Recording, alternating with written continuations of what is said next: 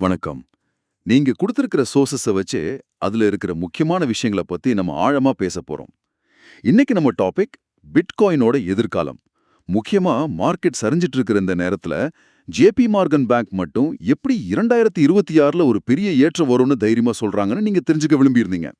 இதுக்காக bitcoin system தளத்துல வந்த ஒரு ஆர்டிக்கலை நம்ம அலசப் போறோம். எல்லாரும் பயந்துட்டு இருக்கிறப்போ இவங்க மட்டும் இவ்ளோ பாசிட்டிவா இருக்கு என்ன காரணம்? வாங்க இதுக்குள்ள என்ன இருக்குன்னு நோண்டி பார்க்கலாம். சரி, முதல்ல இப்போ மார்க்கெட்ல என்ன நிலவரம்னு பாத்துரலாம். ஆர்டிகிள் படி பிட்காயின் விலை பாத்தீங்கன்னா $70,000 இருந்து டக்குன்னு $66,000 கீழே வந்திருக்கு. நிறைய பேர் இது ஒரு கரடிச்சந்தை, அதாவது பேர் மார்க்கெட் ஆரம்பிச்சிருச்சுன்னு பேச ஆரம்பிச்சிட்டாங்க. ஒரு விதமான பதற்றம் இருக்கிறத நம்மளால பார்க்க முடியுது. ஆனா உலகத்தோட மிகப்பெரிய பேங்க்ல ஒன்னான ஜேபி மார்கன் இதுக்கு நேர்மாறா ஒரு கருத்தை வச்சிருக்காங்க. இங்கதான் இந்த மொத்த விவாதமும் சூடு பிடிக்குது. ஆமா. இங்க தான் விஷயம் ரொம்ப சுவாரஸ்யமா மாறுது. ஜேபி மோர்கனோட இந்த கணிப்பு, இன்னைக்கு விலை ஏறுச்சா, நாளைக்கு இறங்குச்சாங்கிறத வெச்சதில்ல. பொதுவா மார்க்கெட் விழும்போது எல்லாரும் எதிர்மறையான செய்திகளை தான் பரப்புவாங்க. ஆனா ஜேபி மோர்கன் இந்த அன்றாட கூச்சலுக்கு அந்த பக்கம் பாக்குறாங்க. அவங்க சொல்றது என்னன்னா, கிரிப்டோ சந்தையோட அடிப்படை காரணிகள் இன்னும் வலுவா இருக்கு. முக்கியமா பெரிய நிறுவன முதலீட்டாளர்கள் உள்ள வர்றதுக்கான கதவு திறந்துட்டே இருக்குங்கிறத அவங்க கவனிக்கிறாங்க. அவங்களோட பார்வை அடுத்த 2 மாசத்தை பத்தினது இல்ல, அடுத்த 2 வருஷத்தை பத்தினது. அப்போ 2026ல வரப்போற அந்த வளர்ச்சிக்கு முக்கிய காரணமா அவங்க எதெல்லாம் சொல்றாங்க? இப்போ இருக்கிற சரிவை கண்டுக்காத அளவுக்கு அந்த காரணங்கள் அவ்வளோ வலுவானதா? நிச்சயமா அவங்க 2 விஷயங்களை ரொம்ப அழுத்தமா சொல்றாங்க. ஒன்னு, நிறுவன முதலீட்டாளர்கள். Institutional investors. ஆமா, இன்ஸ்டிடியூஷனல் இன்வெஸ்டர்ஸோட பங்களிப்பு அதிகமாக போறது. இதுல பெரிய வங்கிகள், முதலீட்டு நிதிகள், பென்ஷன் ஃபண்ட்ஸ் மாதிரி அமைப்புகள் எல்லாம் அடங்கும். இது சந்தைக்கு ஒரு புதிய ஸ்திரத்தன்மையையும் நாம கற்பனை பண்ண முடியாத அளவுக்கு மூலதனத்தையும் கொண்டு வரும். ஓகே, இது முதல் பாயிண்ட். ரெண்டாவது என்ன? ரெண்டாவது, தெளிவான மற்றும் உறுதியான ஒழுங்குமுறை விதிகள், அதாவது கிளியரா ரெகுலேஷன் வரப்போறது. பல பெரிய நிறுவனங்கள் இன்னைக்கு வரைக்கும் கிரிப்டோல முழுசா இறங்க தயங்குறதுக்கு முக்கிய காரணமே இந்த சட்ட சிக்கல்கள் தான். இதுல முதலீடு செஞ்சா நாளைக்கு அரசாங்கம் என்ன சொல்லுமோங்கிற பயம் அவங்களுக்கு இருக்கு. ஆனா அமெரிக்கால வரப்போற கிளாரிட்டி ஆக்ட் மாதிரியான சட்டங்கள் இந்த குழப்பத்தை எல்லாம் தீர்த்து வைக்கும்னு ஜேபி மார்கன் நம்புறாங்க. ஒரு நிமிஷம், இந்த கிளாரிட்டி ஆக்ட்னா என்ன? அது எப்படி பெரிய நிறுவனங்களுக்கு உதவும்? நல்ல கேள்வி. இப்போ இருக்கிற பெரிய குழப்பம் என்னன்னா, பிட்காயின் மாதிரியான கிரிப்டோ சொத்துக்களை ஒரு பொருளா, அதாவது கமாடிட்டியா பாக்குறதா, இல்ல ஒரு நிறுவனத்தோட பங்கு செக்யூரிட்டி மாதிரி பாக்குறதாங்கிறது தான். இந்த கிளாரிட்டி ஆக்ட் மாதிரியான சட்டங்கள் இந்த ரெண்டுக்கும் தெளிவான ஒரு வரையறைய கொடுக்க முயற்சி பண்ணுது. ஓஹோ, இது பொருள், இது பங்குன்னு ஒரு தெளிவு வந்துட்டா பெரிய நிறுவனங்கள் சட்ட ரீதியா என்ன செய்யணும், என்ன செய்யக்கூடாதுன்னு அவங்களுக்கு தெரிஞ்சிடும். அந்த தெளிவு தான் அவங்களுக்கு முதலீடு செய்ய தேவையான நம்பிக்கையை கொடுக்கும். அது ஒரு பாதுகாப்பான சூழலை உருவாக்கும். அப்போ நீங்க சொல்றத பார்த்தா இந்த சட்டத்திட்டங்களை ஒரு தடையா பார்க்காம சந்தையை அடுத்த கட்டத்துக்கு போறதுக்கான ஒரு படிக்கட்டா ஜேபி மார்கன் பாக்குது. பெரிய முதலீட்டாளர்கள் உள்ள வரணும்னா அவங்களுக்கு விளையாட்டு விதிகள் தெளிவா தெரியணும். இது ஒரு வகையில நியாயமா தான் தெரியுது. மிகச்சரியா சொன்னீங்க. அவங்க இத ஒரு நுழைவாயிலா பாக்குறாங்க. ஒரு ஊருக்குள்ள நல்ல சாலைகள் போட்டா எப்படி பெரிய லாரிகள் எல்லாம் சுலபமா வருமோ அது மாதிரி தான் இதுவும். தனிநபர் முதலீட்டாளர்கள் சின்ன சின்ன சந்தைகள்லயும் வண்டியை ஓட்ட தயாரா இருக்கலாம். ஆனா பல $1 மில்லியன் நிர்வகிக்கிற நிறுவனங்கள் முறையான ஹைவே இல்லாம உள்ளேயே வராது. இந்த சட்டங்கள் தான் அந்த ஹைவே. சரி, நிறுவனங்கள் உள்ள வர்றதுக்கு சட்டங்கள் ஒரு காரணம்னு சொன்னீங்க. ஆனா இந்த ஆர்டிகல்ல பிட்காயினோட தொழில்நுட்பம் சார்ந்த ஒரு விஷயத்தையும் ரொம்ப முக்கியமா சொல்றாங்க. இந்த சுரங்க தொழிலாளர்கள், அதாவது மைனர் சம்பந்தப்பட்ட விஷயம், அதுக்கும் இந்த வளர்ச்சிக்கு என்ன சம்பந்தம்? இது ரொம்ப முக்கியமான ஒரு புள்ளி. கட்டுரையில நிக்கோலாஸ் பனிகச்சோக்லோ தலைமையிலான ஆய்வாளர்கள் பிட்காயினோட உற்பத்தி செலவு, அதாவது காஸ்ட் ஆஃப் ப்ரொடக்ஷன் பத்தி பேசுறாங்க. அவங்க என்ன சொல்றாங்கன்னா, சுரங்க தொழிலாளர்கள் சந்தையை விட்டு வெளியேறது, அதாவது கேபிச்சுலேஷன் நடக்கிறது நீண்டகால அடிப்படையில சந்தைக்கு நல்லதுன்னு சொல்றாங்க. நிஜமாவா? கேபிட்டுலேஷன்ங்கிற வார்த்தையே சரணடைதல் மாதிரி ரொம்ப நெகட்டிவா இருக்கே. தொழிலாளர்கள் வேலையை விட்டுட்டு போறது எப்படி ஒரு துறைக்கு நல்லதா இருக்க முடியும்? இது எனக்கு கொஞ்சம் குழப்பமா இருக்கு. நீங்க சொல்றது சரிதான். அந்த வார்த்தை கேட்க எதிர்மறையா தான் இருக்கும். ஆனா அதுக்கு பின்னாடி ஒரு ஆழமான அர்த்தம் இருக்கு. பிட்காயின் சுரங்கம்ங்கிறது ஒரு தொழில். அதுக்கு மின்சாரம், விலை உயர்ந்த கம்ப்யூட்டர்கள்னு ஏகப்பட்ட செலவு இருக்கு.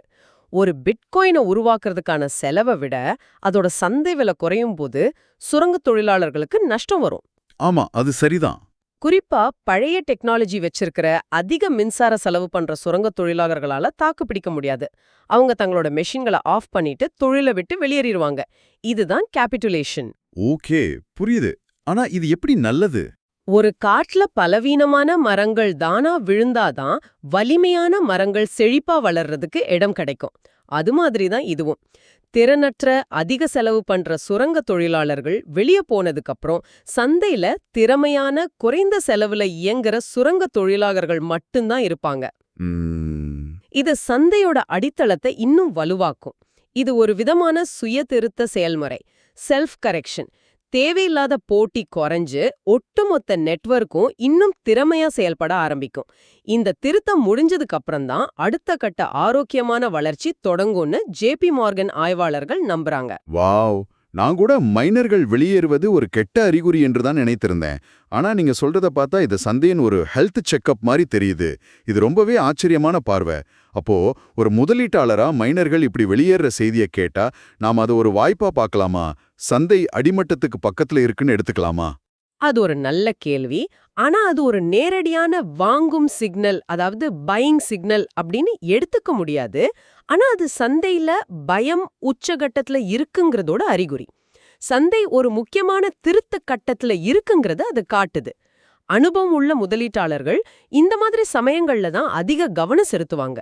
ஏன்னா சந்தையில ரத்தம் ஓடும்போதுதான் மலிவான விலையில சொத்துக்களை வாங்க சிறந்த வாய்ப்புகள் கிடைக்கும். சரி சரி, இது ஒரு அறிகுறி. ஆனா இது மட்டுமே முடிவெடுக்க போதுமான காரணம் இல்ல. அருமை. இப்போ தனிநபர் முதலீட்டாளர்களுக்கும் நிறுவன முதலீட்டாளர்களுக்கும் உள்ள மனநிலை வித்தியாசத்துக்கு வருவோம்.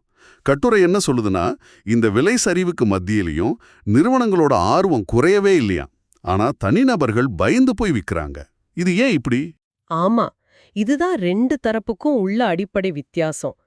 தனிநபர் முதலீட்டாளர்கள், அதாவது ரீட்டெயில் இன்வெஸ்டர்ஸ், பெரும்பாலும் தினசரி விலை மாற்றங்களை பார்த்து உணர்ச்சி வசப்பட்டு முடிவெடுப்பாங்க. விலை குறையும் போது இன்னும் குறைஞ்சிடுமோங்கிற பயத்துல விற்க ஆரம்பிப்பாங்க. இதத்தான் பேனிக் செல்லிங்னு சொல்றோம். ஆமா, அது நடக்கும். ஆனா நிறுவன முதலீட்டாளர்கள் அப்படி இல்ல. அவங்க ஒரு சொத்தை வாங்குறதுக்கு முன்னாடி பல மாசங்கள் ஆராய்ச்சி செய்வாங்க. அவங்களோட பார்வை பல வருடங்களை கொண்ட நீண்ட கால நோக்கம். அப்போ அவங்க இந்த சின்ன சின்ன சரிவை எல்லாம் கண்டுக்க மாட்டாங்களா? கண்டுப்பாங்க. ஆனா அதை ஒரு வாய்ப்பா பாப்பாங்க. அவங்க பிட்காயினை ஒரு தொழில்நுட்பமாவும் எதிர்காலத்துல தங்கத்துக்கு இணையான ஒரு சொத்து வகையாவும் பாக்குறாங்க. அதனால குறுகிய கால விலை இறக்கம் அவங்களுக்கு இன்னும் குறைஞ்ச விலையில வாங்க ஒரு வாய்ப்பை கொடுக்குது. புரியுது. இந்த ஆர்டிக்கிள் சொல்றபடி சந்தையில ஏற்ற இறக்கம் அதிகமா இருந்தாலும் நிறுவனங்களோட ஆர்வம் குறையல.